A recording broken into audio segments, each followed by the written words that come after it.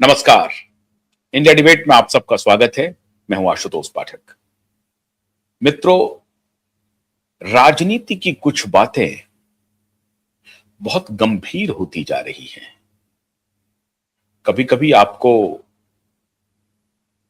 लग रहा होगा कि फलां व्यक्ति राजनीति में इनकी क्या और पहुंच हो सकती है, जहां वो हैं क्या उससे और आगे जाएंगे, या फिर जहां हैं उससे इनका ढलान शुरू होगा।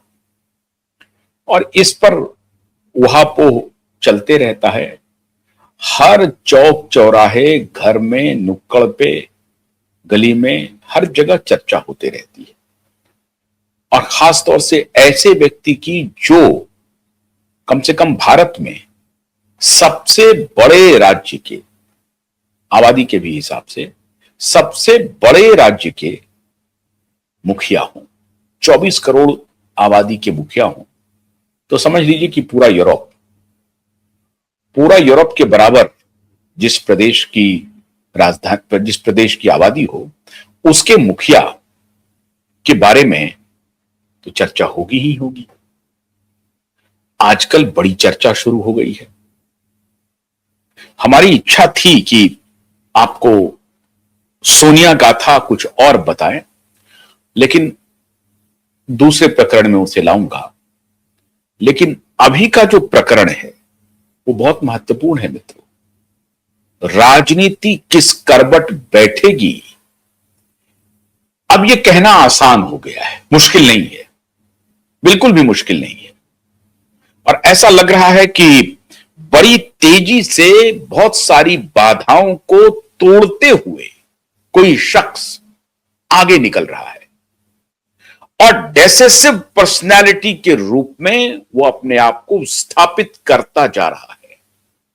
और यूं लग रहा है कि उनके साथ जो दौड़ने वाले और खिलाड़ी हैं वो 100 मीटर, 200 मीटर, 300 मीटर, 500 मीटर, ऐसा लगता है कि 1000 मीटर से भी बहुत पीछे चले जा रहे हैं और वो बड़ी तेजी से छलांग लगा रहे हैं। हालांकि उनको रोकने के लिए बहुत सारी बाधाएं खड़ी की जा रही हैं। हाल में एक बाधा खड़ी हुई है और हालांकि उसमें अगर उनकी गिरफ्तारी होती है तो मैं उसका प्रतिकार करूंगा, क्योंकि आपको मालूम है क्यूबाइब नेटवर्क सत्य के बारे में बड़े दमखम के साथ बोलता है। लेकिन जिस व्यक्ति की गिरफ्तारी हो रही है, अगर होती है तो जिस बिना पर होगी उस बिना पर नहीं, अन्य कारणों से भी गिरफ्तार किया जाना चाहिए, नहीं किया जाना चाहिए वो अलग विषय है, लेकिन यह व्यक्ति महत्वपूर्ण नहीं है। मैं बात कर रहा हूं अभिमुक्तेश्वरानंद की, माननीय शंकराचार्य की, तथाकथित शंकराचार्य की। सुप्रीम कोर्ट के अनुसार अभिमुक्तेश्वरानंद शंकराचार्य नहीं है, उनका पट्टाभिषेक अभी नहीं हुआ है, इसलिए वो शंकराचार्य हो नहीं सकते हैं। लेकिन अभी बड़े विवाद में हैं। माघ मेले में वो जा रहे थे अपनी पूरी बग्घी लेकर के, बग्घी को रोक दिया गया, वहीं से विवाद शुरू हुआ। एक दौर था जब इनके ऊपर लाठी बरसाई थी अखिलेश यादव ने, तब बचाने के लिए अब के जो मुख्यमंत्री है वही आए थे सामने, तारीफ कर रहे थे अब के मुख्यमंत्री की। यकीन यकायक इनका ख्याल बदल गया और ये चले गए थे। आपको याद होगा मुंबई सलमान खान जी से भी मिले थे, आदित्य ठाकरे से भी मिले थे, उद्धव ठाकरे से भी मिले थे। उद्धव ठाकरे को कहा था कि आपके साथ धोखा हो गया है, इस धोखा को हम ठीक करेंगे, आपको दोबारा सत्ता में लाएंगे। सत्ता तो छोड़िए, पार्टी खत्म हुई और अब खत्म, पूरी राजनीतिक विरासत खत्म हो गई उद्धव ठाकरे की। अब वो कहीं के नहीं है। बेटा एमएलए है और अभी कुछ काउंसिलर और कुछ एमएलए अभी हैं, उनके कुछ एमपी भी हैं, लेकिन राजनीतिक रूप से पूरी तरह से ऑब्सोलीट हो गया। और अगर फडणवीस गलती नहीं करेंगे तो वो फिर फिनिश है। हां, फडणवीस अगर गलती करते जाएंगे तब अलग बात है। तो इनको अभी बहुत रणनीति के तहत खड़ा किया गया है योगी के सामने। मैं चर्चा कर रहा हूं योगी की। योगी बहुत दूर निकल गए हैं, बहुत दूर।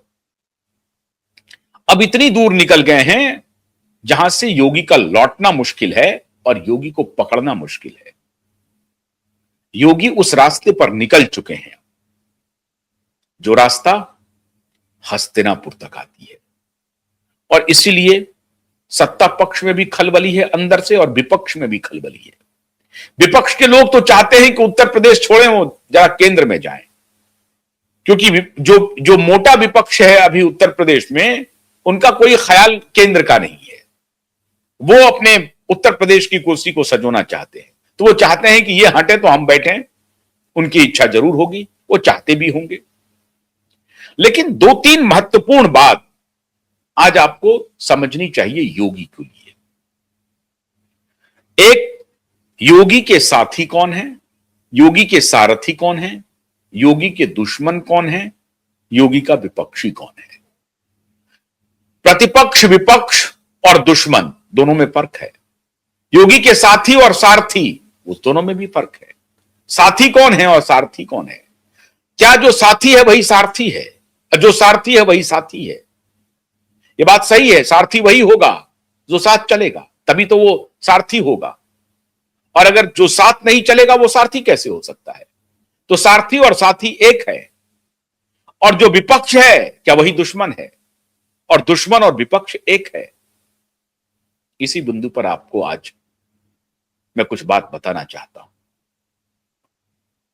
सारथी और साथी योगी के समर्थक बन गए हैं। और याद कीजिए राजनाथ सिंह की वो बात जो 2013 में 14 के चुनाव के पहले कहा था उन्होंने, बतौर राष्ट्रीय अध्यक्ष। उन्होंने कहा कि अगर मैं मोदी के नाम को प्रधानमंत्री के उम्मीदवार के रूप में मुंबई के अधिवेशन में, गोवा के अधिवेशन में, मुंबई का अधिवेशन जो भी था, मैं थोड़ा भूल रहा हूं कि मुंबई था या गोवा था, मुंबई था संभवतः, उस अधिवेशन में अगर उनके नाम की घोषणा नहीं करता तो जनता मुझे जीने नहीं देती। मतलब देश की अपेक्षा हो गई थी कि मोदी का नाम घोषित किया जाए प्रधानमंत्री के लिए। क्या वही परिस्थिति कुछ बन गई है योगी के लिए? योगी तो तीसरी दफा मुख्यमंत्री बनेंगे ही उत्तर प्रदेश के। जो तिकड़म चल रहा है योगी को मुख्यमंत्री के पद से हटाने की, वो तिकड़म खेत रहेगा, वो चल नहीं पाएगा। हालांकि योगी को उलझाने की पूरी कोशिश हो रही है और बहुत सटल तरीके से हो रही है। जो सांप छिपते भी नहीं, सामने आते भी नहीं, पर्दे में रख करके सारा खेल खेला जा रहा है। दोस्त बन करके, हमनवा बन करके, हम सफर बन करके पीठ में खंजर भोंकने की प्लानिंग हो रही है। और यह प्लानिंग हर स्तर पर हो रही है। उनकी पार्टी के अंदर हो रही है, उनके पार्टी के बाहर हो रही है। लेकिन पार्टी के अंदर और पार्टी के बाहर दोनों की दाल इसलिए नहीं गलने वाली है क्योंकि जो उनके सारथी है, जो उनके साथी भी हैं, वो बड़ा मजबूत है और बड़ा कट्टर है, पूरी तरह से प्रतिबद्ध है, समर्थन में खड़ा है। किसके? योगी आदित्यनाथ के। पहला कार्यकाल जो 1-2 साल तक थोड़ा सा उनको समझने में लगा वक्त, लेकिन 2022 आते आते बड़ी कवायद चली 2022 के पहले कि योगी को हटा दिया जाएगा। हटे नहीं योगी, योगी और मजबूत हो गए।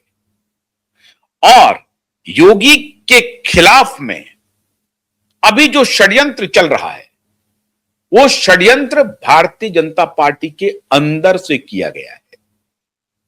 षड्यंत्र है यूजीसी एक्ट। यूजीसी एक्ट पर यह बड़ा षड्यंत्र किया गया है, पार्टी के अंदर किया गया है। और मैं बहुत जिम्मेदारी से इस बात को कह रहा हूं और हमको पूरा यकीन है कि हमारे दर्शक इस बात से सहमत होंगे। यह यकायक यूजीसी एक्ट का प्रकरण नहीं आया है प्रकाश में, और वो भी ये चुनावी वर्ष है। उसमें उत्तर प्रदेश का 2027 के पहले एक फरवरी में ही चुनाव होने हैं। तो मुश्किल से अब 12 महीने का वक्त है, 11 महीने का वक्त है।